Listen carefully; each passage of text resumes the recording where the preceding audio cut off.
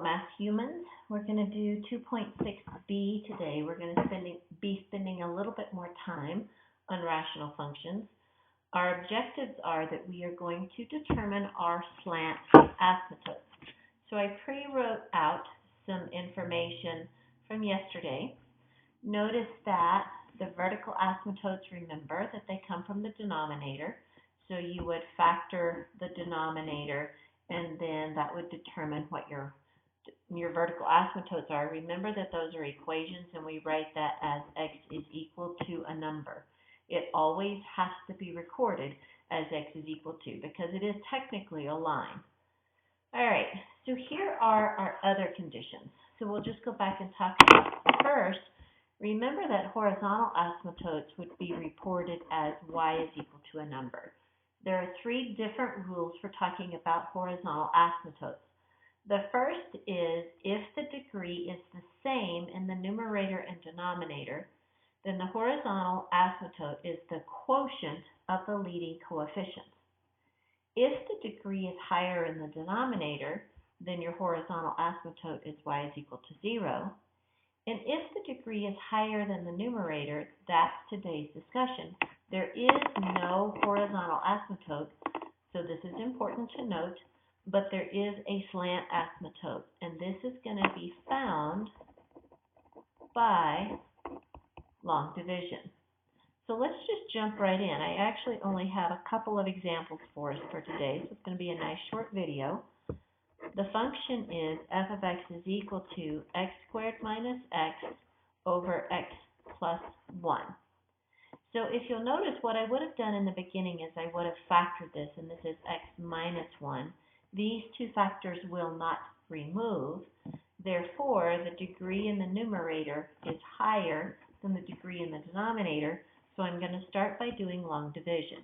So I'm going to divide x plus 1 into x squared minus x, technically plus 0.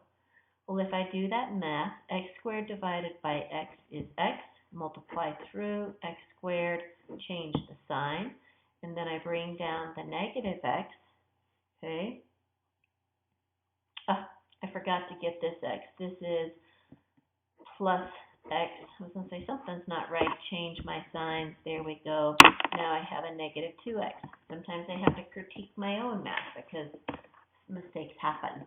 So now I have a negative 2x plus 0. A negative 2x divided by x is a negative 2. Multiply through, and I get a negative 2x minus 2. Change the signs, and then I get a remainder of 2.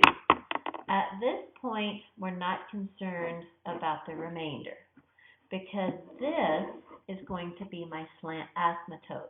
So as I would report, the slant asymptote is going to be x minus, I'll put the y over there, y is equal to. So just like with horizontal or vertical asymptotes, the asymptote is always an equation, but now the equation is a line.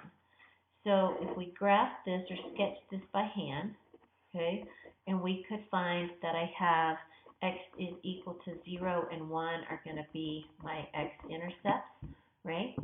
So I know that I have one at 0 and then at 1. My slant asymptote is going to be y is equal to x minus 2, so here's the negative 2, up 1 over 1, so there's going to be my slope. And then I had a vertical asymptote at x is equal to a negative 1, so here's my negative 1. So notice there's a slant asymptote. So it's actually kind of cool. This is going to push the curve, and the curve is going to follow the slant asymptote. And then I have a piece down here, and then it would do that as well. So let's just confirm this in our grapher. So let's enter this equation so you can see it. So in the numerator, I have x squared minus x. Remember to put it in parentheses. And then I have x plus 1 in the denominator, and I'm going to do a zoom 6. All right, and I can change the setting on my calculator, but this is just an interesting piece of information. But notice that my slant asymptote cruises here, And then this is technically the vertical, and I have a way of turning that off. I just need to change the settings on my grapher because I think it makes it look a little bit confusing. But it is actually kind of cool. So your slant asymptotes don't necessarily have to be aligned. They can be any equation that would push my particular graph. I think they're really cool. So let's do a second example. It's our last example, so I told you, really nice and short today. So this time I'm going to have g of x is equal to x squared plus 5 divided by x. So let's just start everything we know on this one. So for starters, if I set x squared plus 5 equal to 0, I get x squared is a negative 5.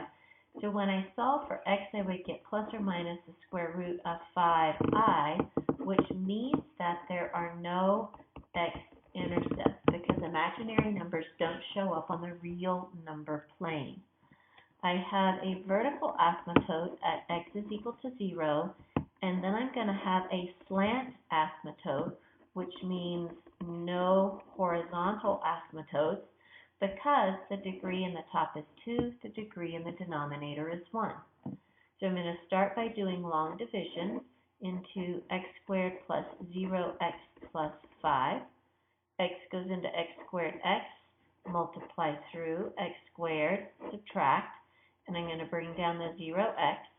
And so at this point, x goes into 0x 0 times, bring down the 5, and x won't go into 5. So that means that my slant asymptote is going to be y is equal to x. Alrighty, so if I graph that, remember that I have a vertical asymptote at x is equal to 0. I'm going to have a slant asymptote at y is equal to x. And then I would use my grapher to help me know where the curves are. And in that particular case, they're going to be here. And in this one, they're going to be down here. The slant asymptotes actually do really cool things to graph because they push the graph in kind of a unique way. I lied. One more problem. Sad day. Hate it when that happens. So let's say h of x is equal to 2x squared minus 5x plus 5, and then I have x minus 2. Alrighty, so now I can notice again the degree in the numerator is higher, okay? I'm actually going to use my handy-dandy grapher, and I'm going to use my quadratic formula, and I'm going to enter 2, negative 5, and 5. And notice that when, that's a weird thing on the graph. Notice that when I do that, I get imaginary numbers for the x-intercepts. So that means, again, that I have no x-intercepts. So for x-intercepts, I'm going to write none. I have a vertical asymptote at x is equal to 2. And I also have a slant because the degree in the numerator is 2, the degree in the denominator is 1. So if I start by doing the long division, and I could do synthetic, but I'm just going to do long just because that's an x plus 5. 2x squared divided by x is going to be 2x. Multiply through, and I get 2x squared minus 4x. Change the signs. So a negative 5x and a positive 4x is a negative 1x plus 5. Negative 1x divided by x is a negative 1. And so when I multiply through, I get a negative x plus 2. Change the signs, that's a negative, and 5 minus 2 is 3.